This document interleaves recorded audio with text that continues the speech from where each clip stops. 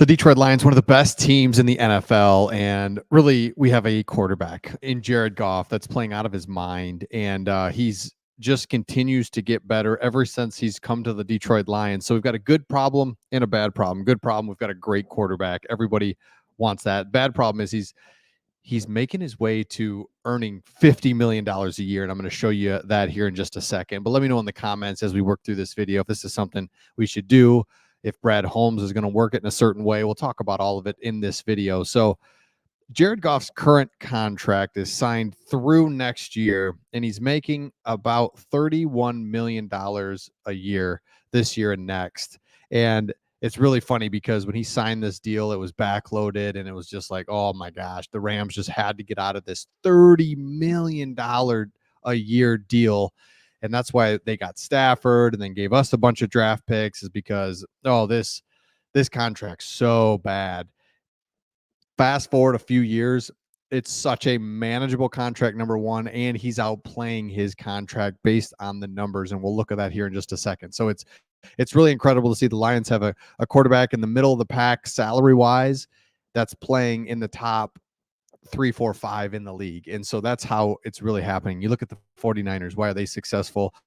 Well, they've got Brock Purdy's contract. He's like one of the lowest paid players in the league, let alone quarterback, let alone just players alone. So that's why they've got a couple, 2, 3 extra studs on their team that are able to do so many things. So let's take a look here at current quarterback contracts, and you can see clearly why Goff's on his way to making $50 million a year.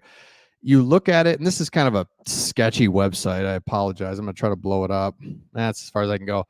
But I liked it because it really kind of shows it. So Joe Burrow is currently there, and it shows just in simplest terms their average per year salary right here, $55 million. And so as you work your way down this, you start to ask yourself, who is Jared Goff better than, right? And what will he need to get? So here's Jared Goff right down here in the middle of the pack. So cool when it comes to starting quarterbacks at 33. So they have it at $33 million right down here. He's 29 years old. And so you just start going up it. He's better than Kirk Cousins. He's better than Derek Carr. Aaron Rodgers. Yeah, I'd take him right now over Aaron Rodgers. Daniel Jones, yes. Prescott, yes. Stafford, yes, right now. Josh Allen, maybe not. Patrick Mahomes, maybe not. Or no.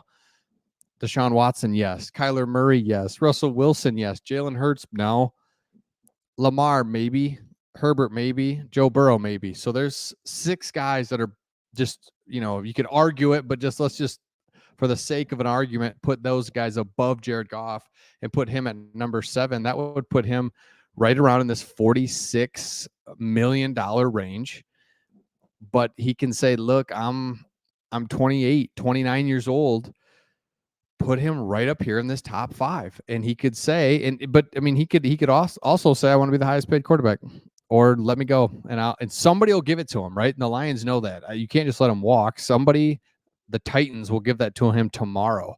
Go down the list, the Jets, maybe even, who knows, the Broncos, the Giants. You get my point. If the Lions don't do it, somebody will. Somebody will give this guy close to $50 million a year. And so this is where, and why is it even a discussion? Well, the Lions are 13-3 in their last 16 games. They've got a franchise record for the most 20 points per game, at least 20 points per game. In the last, I think it's like, hold on, let me look it up real quick. The Lions have scored at least 20 points per game in 15 consecutive games. You just see it there on the road at Tampa Bay. Jared Goff making crucial third down throws, tight windows. He's managing the game. He doesn't throw interceptions. He's got a strong arm. He's accurate. And what was beautiful about the Buccaneers game is you got to see him up against an average quarterback in Baker Mayfield.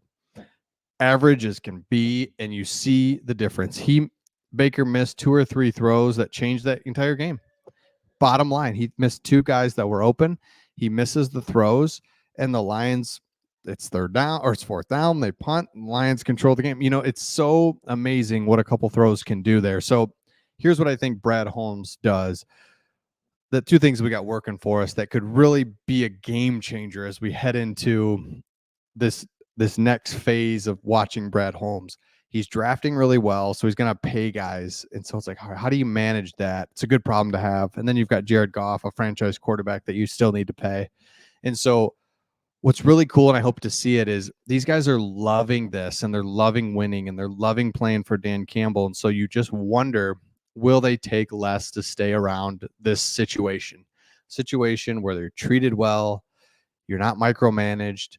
Dan Campbell's a great coach. You've got Ben Johnson, who, yeah, I get it. He might be gone. He probably will be gone, different things like that. But will these guys actually say, you know what? I enjoy being here. Brad Holmes has made me a very good offer. I'm going to take it. I'm going to stay here and take less. I mean, absolutely. These guys are really loving this, and that will be the real key to this whole thing is when Penei Sewell's up for a new contract. Is he going to say, you know what? I could get $25 million a year somewhere else. I'm going to stay here for 20. You know, I know it's not that big a deal, but it is, or a big difference, but it is. And those are the types of things we have to watch and see what Brad Holmes does. He's really good at kicking the can down the road. So what he's going to do is backload contracts, void years. He just pushes money out. And that's the beauty is we have a general manager that we can trust. You keep Jared Goff. I mean, it's so hard to find quarterbacks. You don't know what Hendon Hooker is. You don't run to, well, we got Hendon Hooker. We drafted. No. We have such a good thing going right now. 5-1.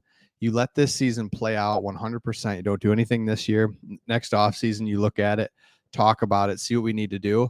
But Jared Goff is right in that discussion for a $50 million a year quarterback, and he's worth it. And he's worth it. And if the Lions don't give it to him, somebody else will. And so you have to just trust Brad Holmes and trust that the Lions are going to take care of this. But it's a great problem to have that you've got quarterback and other players on your team that are playing so well, then they're going to be up for a contract. I mean, it's just huge because you look at last game, 2 touchdowns, 353 yards. He was 30 for 44. And what I love most out of all of it was just when he's in trouble, he can identify it very quickly, doesn't take a sack, throws it at the feet. Should have been a screen pass. He throws it away. Tight end screens. This is not going to work. Throw it away. Throws it out of bounds. He's moving well in the pocket for not being a mobile guy. He's moving around. I mean, there's so many things that Jared Goff's doing. And we said that when we traded for him. If Jared Goff's good, the Lions are going to expedite this rebuild and it's going to be wild. And sure enough, he's good. We get the picks. Brad Holmes is executing on those. And now here are the Lions. So let me know your thoughts in the comments on this. Jared Goff tearing it up. I love to see it. And we'll see what we do here as this contract runs out. But so far, so good. And we'll see all of you on the next one.